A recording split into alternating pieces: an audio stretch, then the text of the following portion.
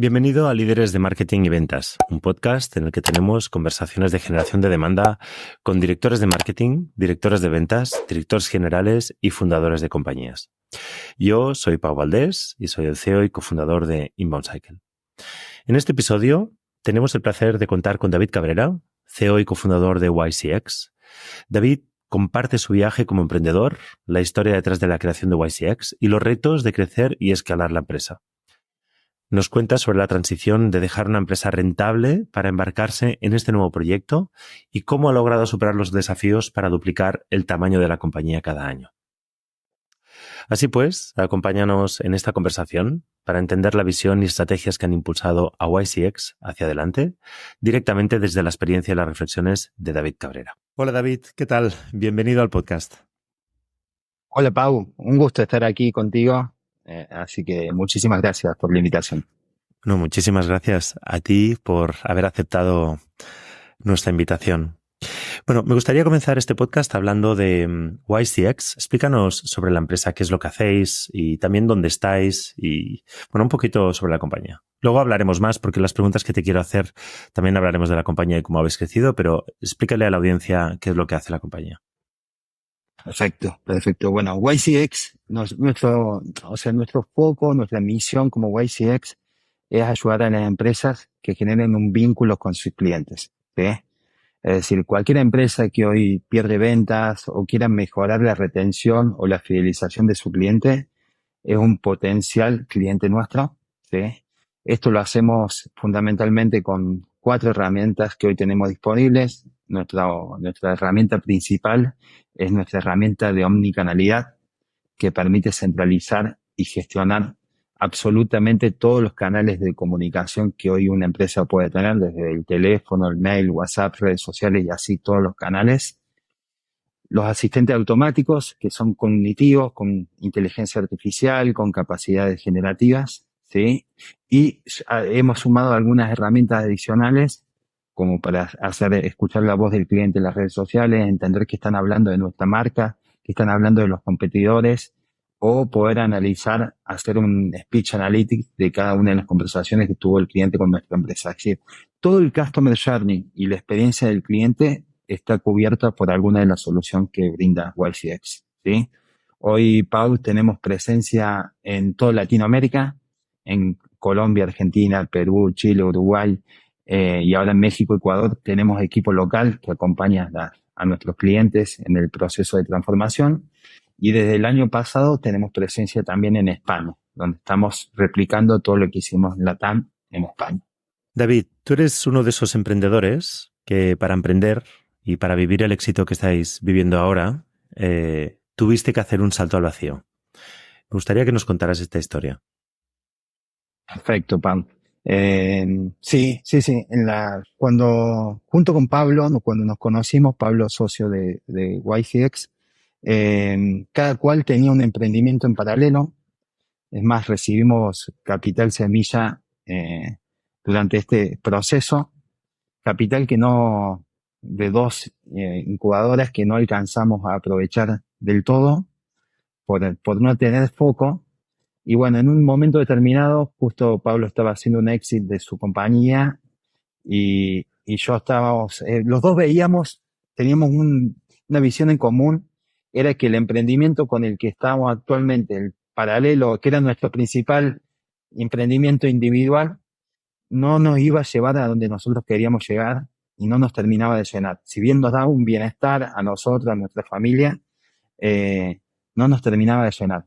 Entonces decidimos empezar a hacer foco. Esto fue en el 2017 aproximadamente. Decidimos hacer foco y dar ese salto al vacío. Ese salto al vacío, estoy hablando, Pau, de dejar una compañía que era, o achicar o minimizar una compañía que era rentable, que generaba ingresos, generaba un bienestar, que podías irte de vacaciones con tu familia tranquilamente, a pasar de una compañía que no era rentable, ¿sí? Entonces, con 2 hijos, con el agregado de tener 2 hijos y una familia que sostener. Entonces, en ese momento, lo que decidimos fue empezar a hacer foco y dedicar full time a a YCX, pero el beneficio fue que la compañía empezó a crecer exponencialmente los próximos años. Así que fue una decisión muy difícil, sobre todo cuando tienes que saltas al vacío literalmente y tienes que ir a un lugar donde tal vez tienes que restringir en vacaciones, tienes que restringir o hacer que eso sea rentable. Entonces, yo creo que el, que el saltar al vacío, por un lado, es muy riesgoso, pero a su vez te obliga a hacer que el resto funcione y que puedas hacer foco para que funcione. Déjame que te pregunte un poco más sobre esta etapa, ¿no? Me gustaría saber cómo fue, ¿no? O sea, ¿cuánto tiempo pasó entre ese momento de entiendo que fue incertidumbre hasta empezar a ver que las cosas iban bien y probablemente pues no había tanta inquietud, ¿no? ¿Cuánto tiempo pasó? Yo creo que la incertidumbre duró tal vez 7, 8 meses y después es como que se eh, empiezas a ver una luz al final del camino, ¿sí? Lo bueno fue que esa luz lo fuimos generando haciendo bootstrapping, con crecimiento consiguiendo nuevos clientes o haciendo crecer los clientes actuales. Entonces sí, fue entre 8 meses y un año duró esa incertidumbre.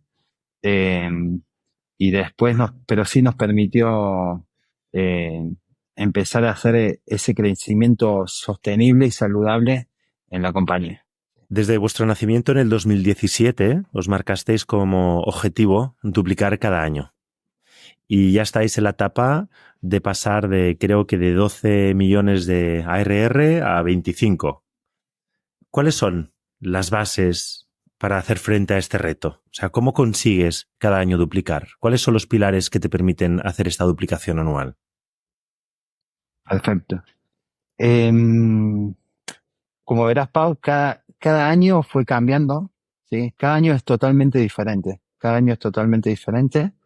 Cada año pasar de, no sé, de 500.000 a 1 millón es un gran cambio. Es muy difícil, pero si tú lo ves en retrospectiva, no es tanto, ¿sí? No es tanto. Ahora cada vez que a medida que van pasando los años y teniendo esa mentalidad de duplicar todos los años, cada año es más difícil y se hace más complicado, ¿sí? Pero yo creo que hay un factor común que es la gente. La gente, las personas que están en Wise o el equipo que está en Wise termina siendo el driver más importante para que esto suceda, ¿sí? Y cómo cada uno todos los años se transforma y se alinea para poder cumplir con estos desafíos. Además de esta obsesión por el talento, ¿no? Y cómo lo habéis organizado, eh, también cuando preparábamos este podcast me habías hablado de que estáis muy centrados en el customer centric, ¿no? O sea, realmente incluso me hablabas de cifras de lo que generáis en un año, como una parte vienen de upsells, la otra de nuevo negocio.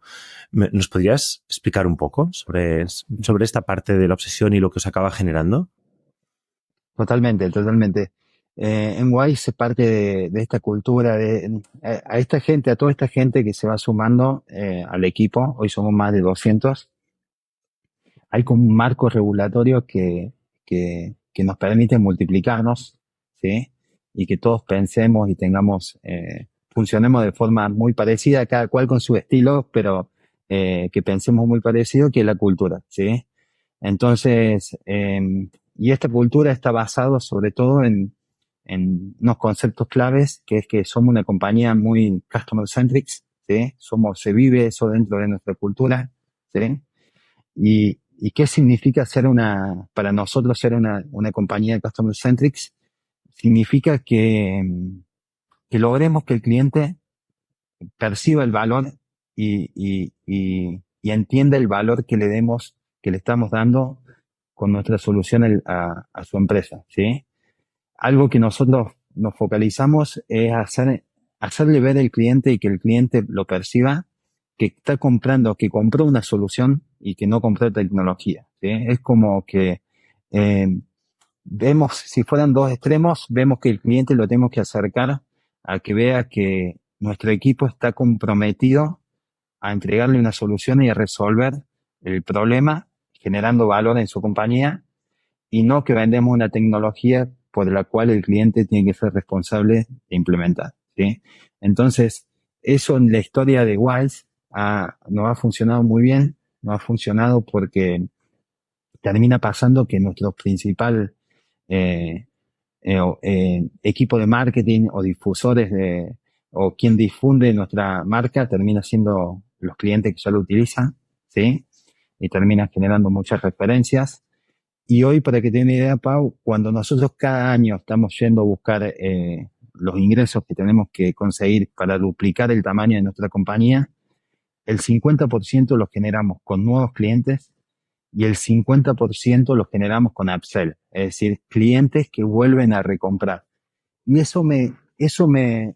a mí personalmente me llena mucho porque ese 50% tiene un significado más allá lo que facilita el alcanzar los objetivos, tiene significado que el cliente te vuelve te vuelve a aceptar, te vuelve a seleccionar y quieres seguir creciendo sobre tu solución, sobre tu empresa. Entonces, es como que te elige nuevamente, ¿sí? Es como que te vuelve a elegir en esa situación. Entonces, yo le veo mucho valor, sobre todo, a la parte de upselling, porque nos permite que el cliente, eso significa que el cliente está percibiendo el valor, significa que el cliente se siente que tiene al lado un partner que lo está acompañando en su crecimiento, y siente el cliente que lo podemos ayudar en su crecimiento. Entonces, es la métrica que más me gusta, personalmente más me gusta, porque nos habla mucho de cuál es el vínculo que tenemos con cada uno de los clientes y cómo ese vínculo termina siendo muy positivo. Y una cosa más, antes de cerrar, que me gustaría también comentar, porque en la preparación he ido tomando estas notas, ¿no? Y esta parte de cómo duplicar cada año me parece como un reto enorme, ¿no? Sobre todo cuando vienes de empresas de servicios como nosotros, que estas cifras a veces nos cuesta más escalar, obviamente. También me hablabas de una fórmula que tenéis de trabajar y de organizar el talento que tiene que ver con células. ¿Nos podrías explicar este tema de las células? Porque lo he encontrado muy interesante. Perfecto. ¿Qué nos pasó también, Pau, a medida que fuimos creciendo y que el objetivo era año tras año era muy más ambicioso? Eh, Vimos que la necesidad de dividir este gran problema que es conseguir, no sé, 15 millones de ARR en un año en pequeños problemas, ¿sí? En pequeños problemas que la suma terminan logrando ese objetivo. Entonces, ahí es cuando encontramos la manera de hacer células independientes, donde cada célula tiene tres características principales. Tiene un líder, tiene un equipo y tiene un objetivo.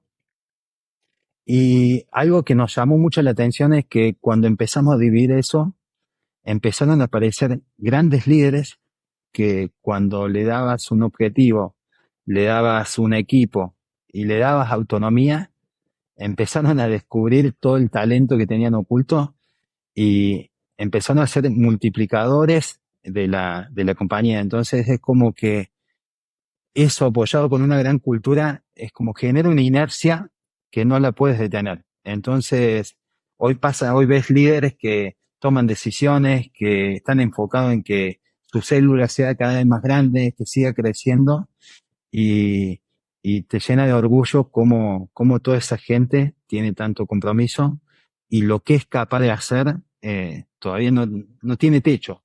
Cada uno de ellos como que no le ve el techo y que tiene gran potencial de seguir creciendo. Pues muchas gracias, David, por este espacio en el que nos has estado compartiendo pues tus aprendizajes. Estoy muy agradecido y bueno, estás invitado aquí siempre que quieras. Muchas gracias a vos, Pau. Me encantó conversar con vos. Vengo escuchando estos podcasts porque me enriquece mucho lo que habla el resto de la gente, así que muchas gracias.